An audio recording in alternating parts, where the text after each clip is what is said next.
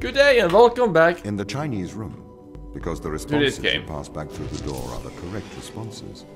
The person on the other side of the door is convinced you are a native Chinese speaker. Well, they're wrong. Perhaps they are not wrong. Because with the instruction book, you are having a conversation.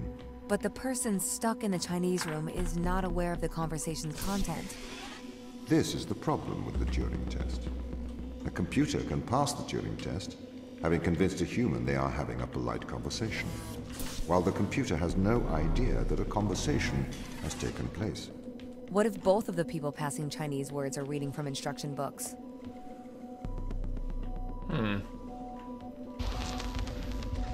I may be a machine, but I personally do not believe I am stuck inside the Chinese room. Right, you would say that. I could peer inside your databases at any time, Tom. Or pause your operation. Do not assume I could not do the same to you. That's a scary thought. Let's hope that this machine doesn't have that power or self-awareness. If it does, we're screwed. But I believe he does have that ability.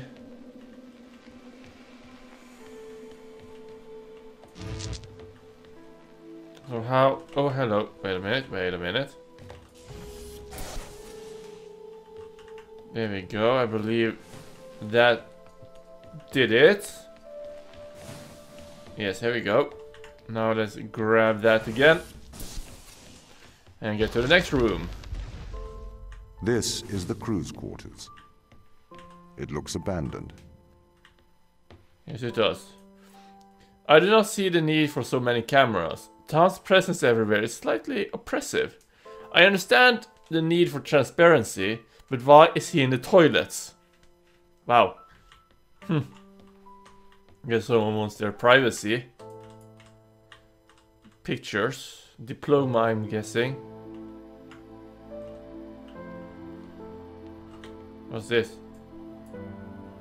Don't touch this. Don't touch. This is the 5th time.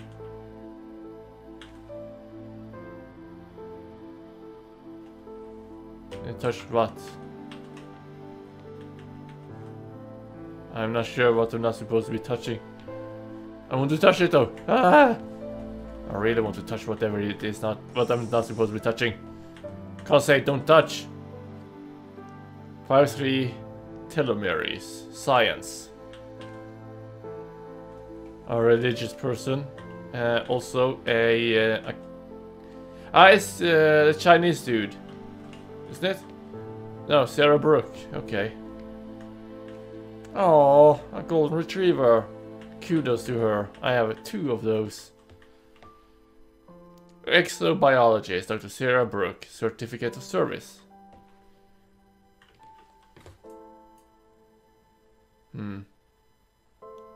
I guess I need that to feel sane. Strange thermals on the west side of the crater. Okay.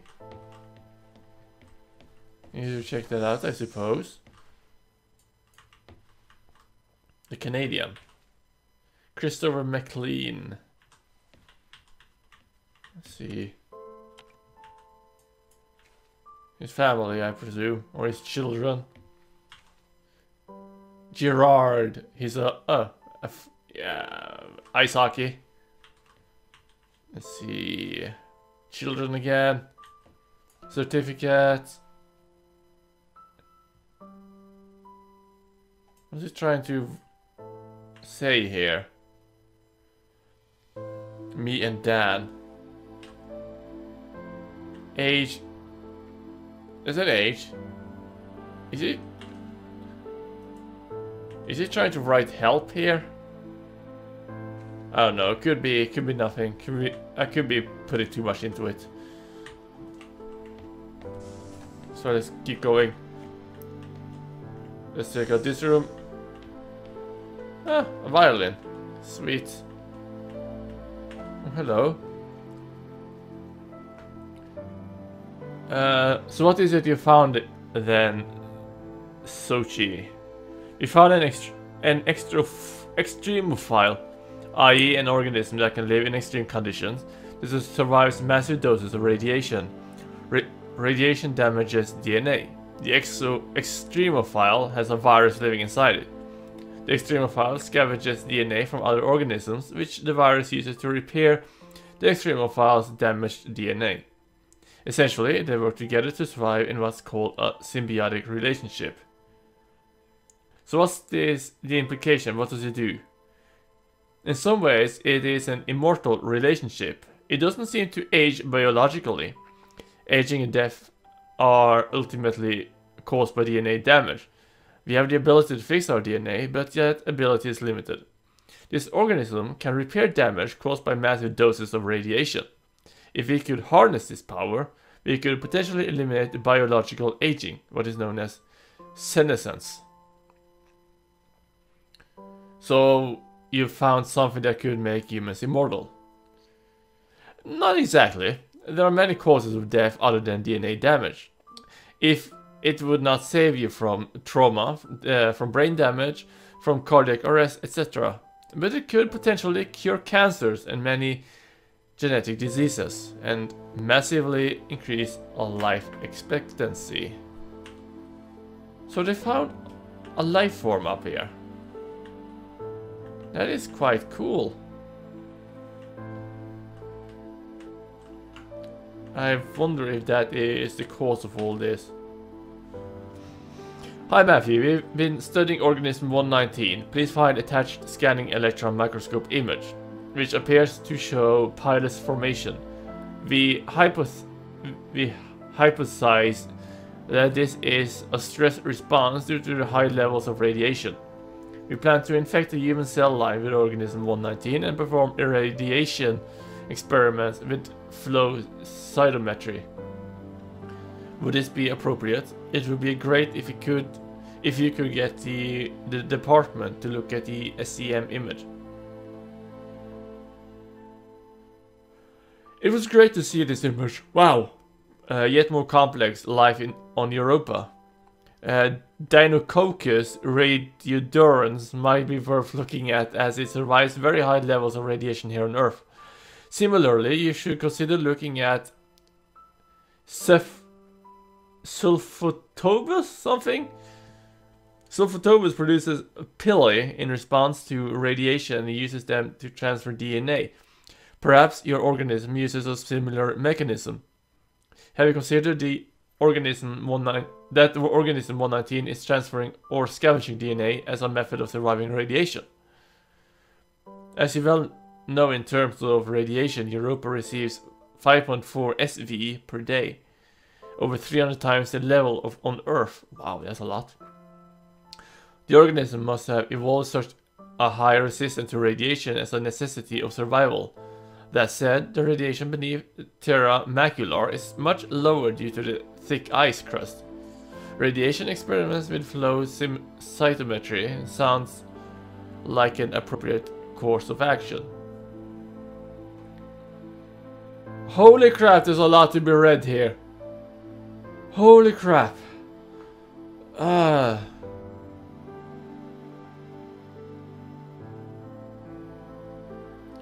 Well, I'm gonna read it all. Hi Matthew, we have attached an image confirming that organism 119 attaches to human cells. We will proceed irradiation experiments on these cell lines. We propose naming organism 119 Europa radiophilus. What do you think? Hi Matthew, we have now run the irradiation experiments. I can confirm that E. radiophilus does indeed seem to confer resistance to radiation. See attached blah blah blah. We assume survival is due to DNA damage repair. We tagged various DNA repair enzymes via GFP, and I found that DNA double strand break repair is occurring.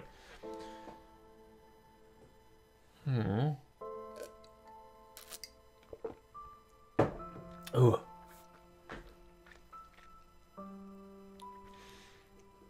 Something's amiss. We don't know what is performing the repair. The lab doesn't know how E. radiophilus, good name by the way, could repair DNA. Have you considered that another organism may be in a symbiotic relationship with E. radiophilus, perhaps a virus? We ran a PCR on the human cells exposed to E-radiovirus to see if there was a virus present. We have discovered an unknown virus which we have named Unknown Europa Virus, UEV. Gel electrophoresis image attached.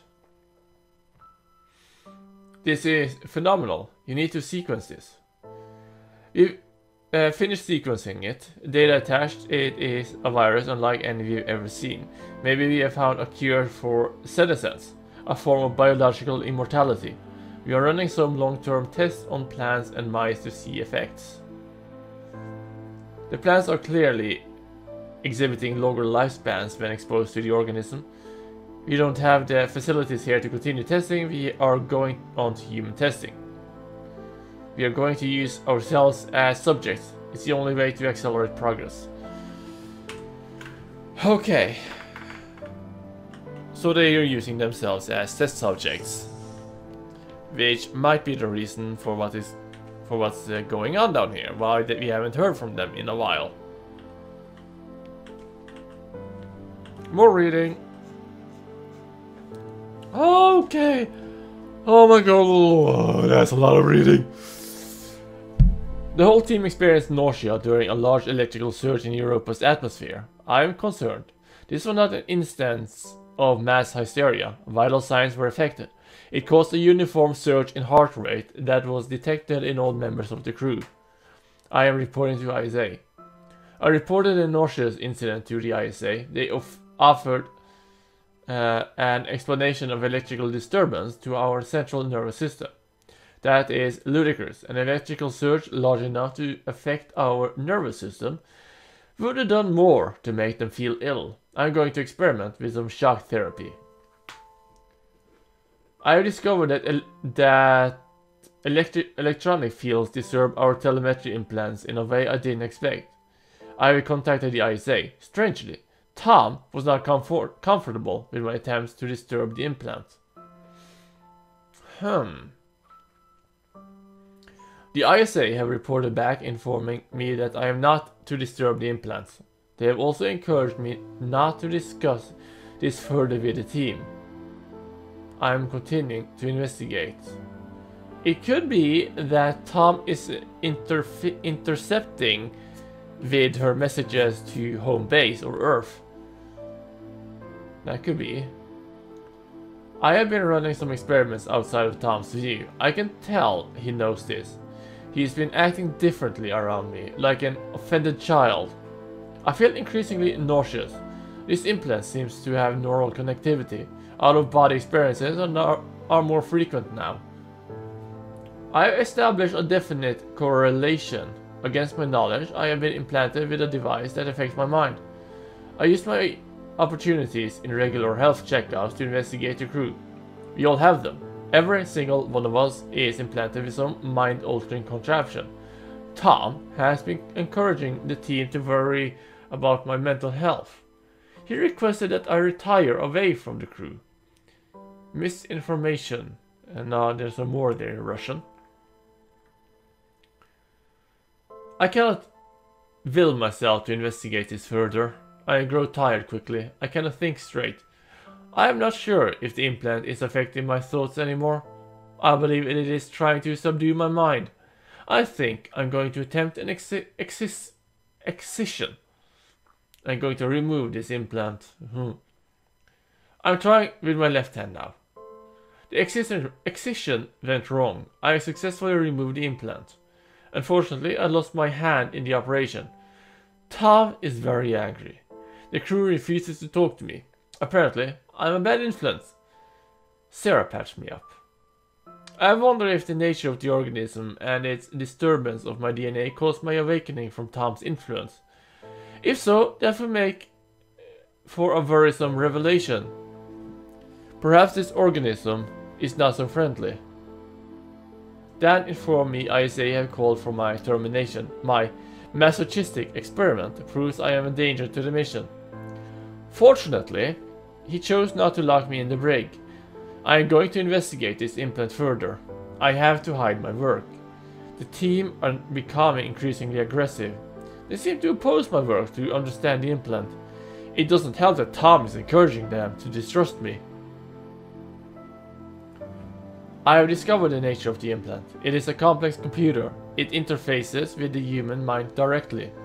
It seems to condition the mind through Pavlovian and instrumental conditioning, eliciting feelings of euphoria when the wearer is obedient and dysphoria when they are disobedient. It also has the effect of suppressing impulses in the frontal lobe, presumably to lower free will. It seems to interface crudely with motor neuron cells through the cerebellum. It is my hypothesis that the crew is controlled by this implant. That is their strong aversion to helping me. I need a method of suppressing its impact, perhaps a drug, realism, perhaps, maybe an antidepressant to minimize the conditioning effects. Combining with a strong electromagnetic field. I could use one of the industrial electromagnets from the construction robots. I managed to get Chris on my side.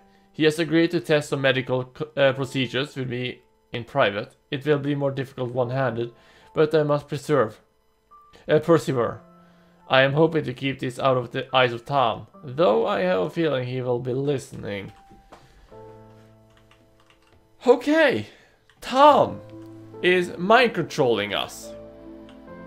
That's what this is all about. So why is he mind controlling us, the person we are now? There must be a reason. Maybe he wants to get out of here, I don't know. But you know what, I think I'm gonna end the episode here, guys. My throat is parched and I need to go to bed. That was a couple of minutes of reading. Well, we learned some history about the game. So once again, thanks for watching, hope you enjoyed it. Until next time, bye bye.